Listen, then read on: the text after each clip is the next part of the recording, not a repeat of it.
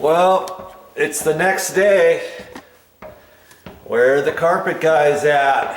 Where's the tack strip installers and the carpet pad installers? So much for working until midnight last night, right? Well, as it was, this morning, they called up Momi and said, oh, one of the guys is sick, little Billy is sick, and we're not going to be able to make it today, and we're going to come out tomorrow. Well, had I known that yesterday, I wouldn't have had to stay here until midnight last night. I could have finished painting today, but hey, things happen, you know what I mean? I'm glad I did stay because I'm going to have a nice easy day today. These window stools came out nice, and I got all the stuff cut in, everything I needed to have done yesterday. I did pretty much. I mean, there's a couple things. I'll probably go around and do some touch up and do some checking out. See like right there, see that white bit right in there? And there's a little bit, you know, in different areas. It looks like I could have cut in the wall a little bit better right in there. It's kind of hard to see everything with a construction light on and being dark outside and stuff. So now I'll be able to have a chance to kind of look at my handiwork that I did yesterday. And I can see right now there's a little bit of haze on the wall right there where I didn't put enough paint on. And I forgot, there was a couple things I forgot to do, and I'll be able to do those today. No problem. I painted this door frame and I forgot to cut it in. See there? Look at that. I missed that. That was one thing that I missed yesterday, and I was able to, I got my mini roller out, painted all this, and I didn't get a chance to cut this in with the paintbrush all the way around the edges on everything. So I'll get my construction light out so I can see properly. And then remember I said on the tops of these I was going to put semi-gloss instead of the eggshell finish. Everything here is eggshell, and I went ahead and put a first coat of eggshell on here, and after I get it all cut in and all that kind of stuff, then I'll come back after that's dry, and on just the tops I'll do the extra effort and I'll put a semi-gloss paint on there. I'll cut it in nicely with my paintbrush and stuff. And the washer and dryer, I got to set that in here. So this has all been taken care of. And I noticed there's one or two little spots where I could have done a little bit better job cutting in. See right in there, you know, and that was semi-gloss paint. So I have to remember to use semi-gloss on there. Just get a little paintbrush, touch that up, and then I can kind of look at the walls and see if there's any other little minor touch-up work. And I'm going to check around the sprinkler head with the light on and see if I need to cut that back in with the paintbrush. I did it one time already, and maybe I need to do it another time. Now's my chance before I slide the washer and dryer back into place, because once I do that, that washer and dryer is in there to stay for a few months until we order a new stackable washer and dryer. This is a condo and there's not a whole lot of storage space, so why not, if we're going to replace the washer and dryer, why not get a stackable one? And they have some really nice stackable ones nowadays. We saw an LG system setup will fit rather nicely on the right hand side, and that'll give us this whole left hand side of open space. We can put some shelves in there, and Momi might be able to put a drying rack of some sort there, and maybe put some different little hangers up here to put clothes hangers or hooks for her to dry her workout gear and stuff like that, like she likes. And so that'll give us a little bit of extra space right here, won't it? We might even be able to put a couple small little upper shelves for storage, you know, just up high that we can't reach or something. We'll see. at least I'll have a little bit of an area to work for some storage. Okay, and then the other night I saw there was a couple deep grooves in the floor.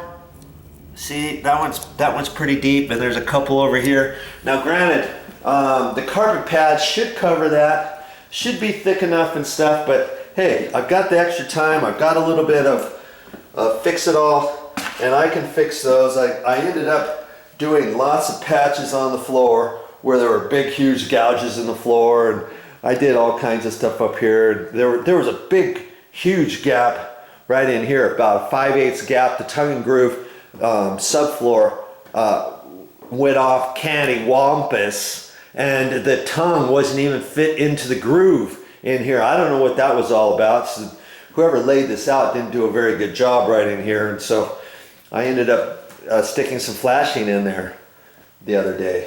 And so, you know, today it's just a little bit of different things, making sure I've got everything ready for them. They're going to come in here tomorrow, and wow, doesn't that look nice? I painted that last night too. It came out looking sharp, man. Doesn't it look nice and clean now that the walls have been cut in down to the top of the baseboard, cut in around the door frames, cut in around this. Everywhere you look, it just, the white door frames pop, and the door, the casings and the baseboards and all that just make the room look nice, bright, clean, cheerful.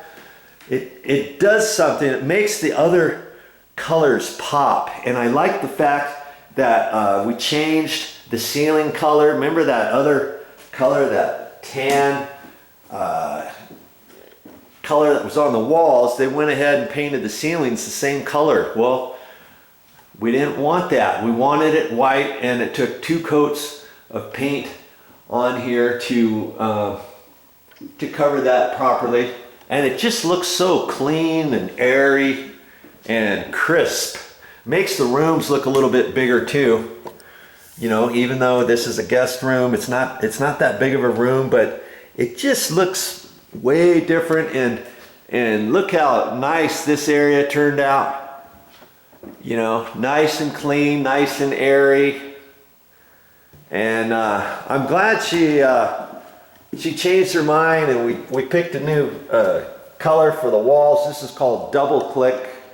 I'm not recommending it to you, but if you like this color, it's called Double Click, and it's at the Home Depot, the Bear paint products, and it really turned out nice. She initially picked a different color, and we put it on the wall in this room, and it just was kind of too much. Hey, if you want to see all that and all the ramifications of all that, watch my other episodes where I talk about that. And for that matter, you can watch all the episodes. Look at that. There's one little place right there. I can see that I didn't cut in very nice around the ceiling right there. See? Right there. It's like I almost forgot to cut in right there. Just that one little section. And you know, I'll have that paint out, and I've got my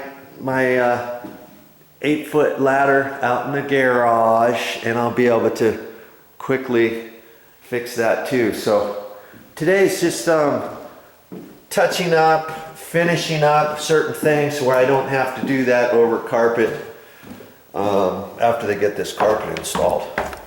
Okay, so tomorrow they're coming for that. And didn't this floor, they did a really good job on this vinyl floor planking that they installed. And now that it's down, it rained last night, and I was lucky enough to remember, hey, don't throw out all the carpet. I had cut the carpet small enough pieces to throw out into the small dumpster that was on site here, but I saved a few rolls of carpet here, I saved a few rolls of carpet pad, and I'm going to take some carpet and I'm going to kind of set it out I'll take it upstairs and I'll cut it up there.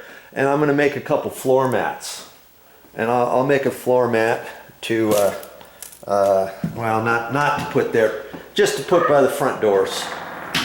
Right here by the front door, I'll put a floor mat. And then right outside, we'll stick a floor mat. You know, just so people can wipe their feet off. And because I've got the carpet here, and I've got time to do that, I'll go ahead and do that. I don't mind. Okay? So, hey, thanks for checking in with me. And, you know, I might show you a couple things along the way today. We'll see. But it's going to be a nice, easy, calm, relaxing day. I slept in this morning too, and I feel actually pretty good. And I'm going to get all of this stuff kind of caught up. I'll be able to push the washer and dryer back in there, take the craft paper up, make sure the floor is all nice and pretty and clean, hook up the dryer vent, set that back there into place, and stick the washing machine back in there, have it all ready so that tomorrow when the carpet guys come, this won't be in their way. As it was, I left it out, and if the carpet guys were going to be here today, they could have been running tack strip and carpet pad in the different areas while I finished and got those two things pushed back in there. Then I was going to cut in this door frame and do all that after the carpet was installed, you know, which is more a pain in the rear to do. But now that they're not here, I don't have to do that. I don't have to worry. So hey, you know, when negatives come up, there's always a positive attached to a negative. Yeah, it would have been nice to see them come out today, but as it is, they're going to come out tomorrow, and that gives me a little bit of time to take care of some more stuff today. So I got my paint grubbies on, I changed when I got here, and it's time for me to get to work. Oh, here's another thing I got to do, and I might as well do it today. I'll show you this little ceiling section. I got to come down the stairs first. See where they did a nice job, whoever built this, because they put the bullnose trim, you know, on their edges and stuff. But because this wall is the gray color, I've got to transition it into this ceiling from down here. So how do you suppose I'm going to do that? Well, I'm just gonna make a line, and I'm gonna kind of eyeball where the middle of this is. I'm thinking here. Should I go to the center of the bullnose, or should I go to the top edge of the bullnose? Maybe I want to go to the top edge of the bullnose. That way, when I'm down here, I don't really see that blue line, the gray line. You know what I mean? Yeah. Now that I'm thinking about it, I should stop that up higher. You know, maybe right up in here, and I'll probably put a couple pencil marks where I think it needs to go, and I'll take some masking tape, put some masking tape along there, and I'll do the same thing along this. Granted, I'm gonna, and then I'll paint next to the masking tape, but I know what's gonna happen. Some of the paint's gonna bleed through the masking tape, but at least it's gonna give me a good idea of where that line's supposed to be. Then I'm gonna have to cut it in a little bit better. See all the spray texture nodules on here? And it's gonna be hard to get a perfectly straight line on that without some of that paint coming down through the masking tape. And I don't think I want to freehand that line. And I don't, you know, if somebody was here, I could put a chalk line there, but I don't really want to do that either, because then the chalk gets all over and I don't want to paint over that. So I just do the best I can with the masking tape and figure that out, and then see, yeah, that's gonna be funky here, because see how this This is like a bull nose, but it's a different bull nose than that.